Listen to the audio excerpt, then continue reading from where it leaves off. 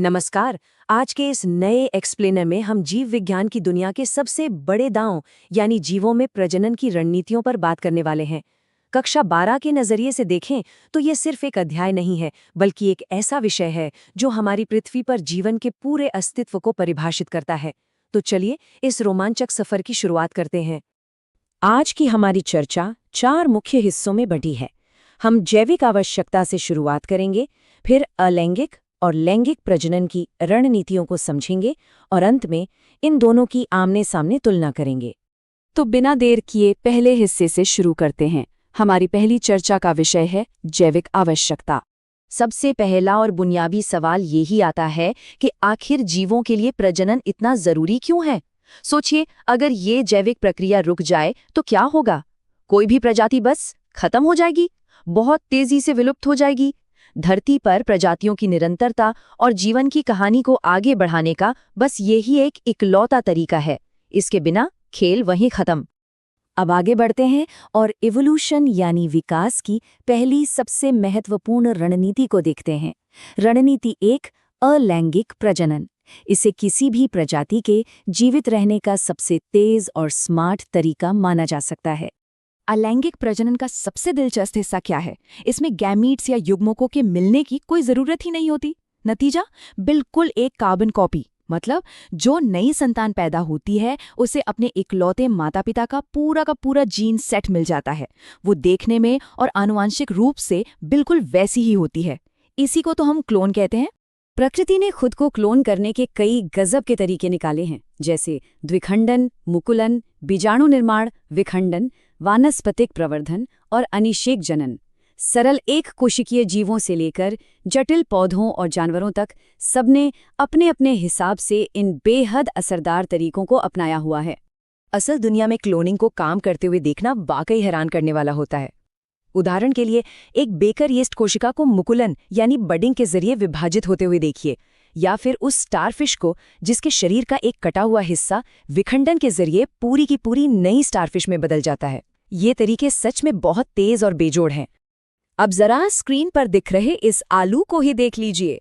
ये वानस्पतिक प्रवर्धन का एक एकदम सटीक उदाहरण है। इसमें शल्कपत्र का निशान और ये अंकुरित आंखें इस बात का पक्का सबूत है कि कैसे कुछ पौधे बिना किसी बीज या बीजाणु के ही नए पौधे तैयार कर लेते हैं। इसी वजह से ये बहुत कम समय में एक बड़े इलाके में फैल सकते हैं। अब ये सुनकर शायद हैरानी हो, लेकिन वर्जिन बर्थ या अनिषेक जनन सिर्फ सूक्ष्म जीवों तक सीमित नहीं है।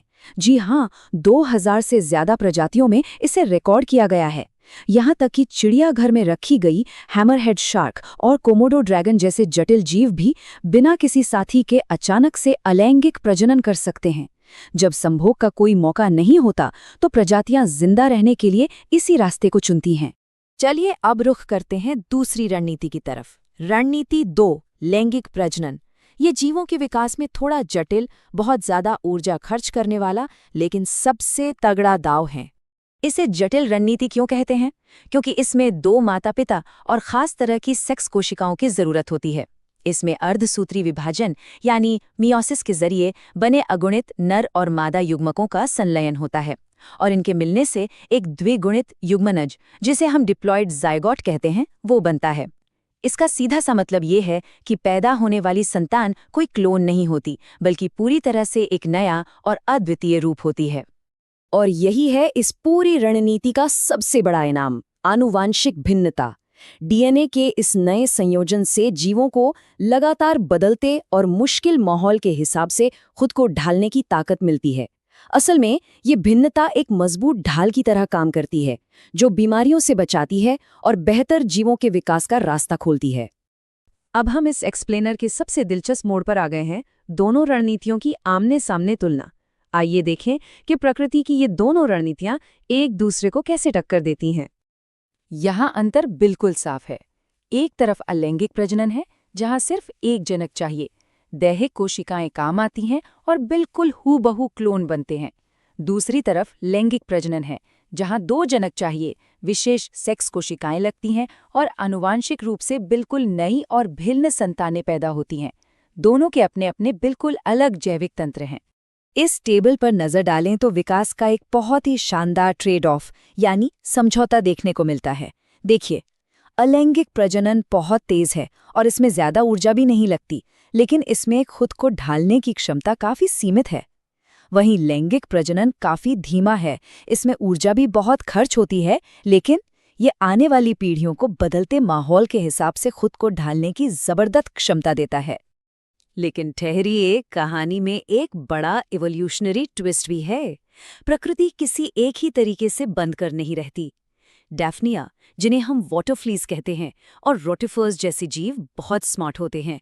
माहौल के दबाव और जनसंख्या के घनत्व को देखते हुए ये दोनों रणनीतियों के बीच बड़ी आसानी से स्विच कर लेते हैं।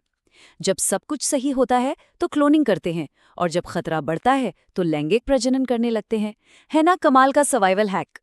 तो इस पूरी चर्चा के अंत में एक बहुत ही गहरा सवाल खड़ा होता है। अगर लैंगिक प्रजनन में इतना ज्यादा समय और इतनी सारी ऊर्जा की बर्बादी होती है, तो फिर जटिल जीवन के लिए यही सबसे प्रमुख सर्वाइवल रणनीति क्यों बन गई? जवाब उसी आनुवंशिक विविधता में छिपा है जो पीढ़ियों को इस लगातार बदलती दुनिया में टिके रहने की ताकत देती है। इवोल्यूशन की असली प्रतिभा इसी बात में है। आज की एक्सप्लेनर में साथ जुड़ने के लिए बहुत बहुत धन्यवाद। उम्मीद है इस विषय को समझने में मजा आया होगा।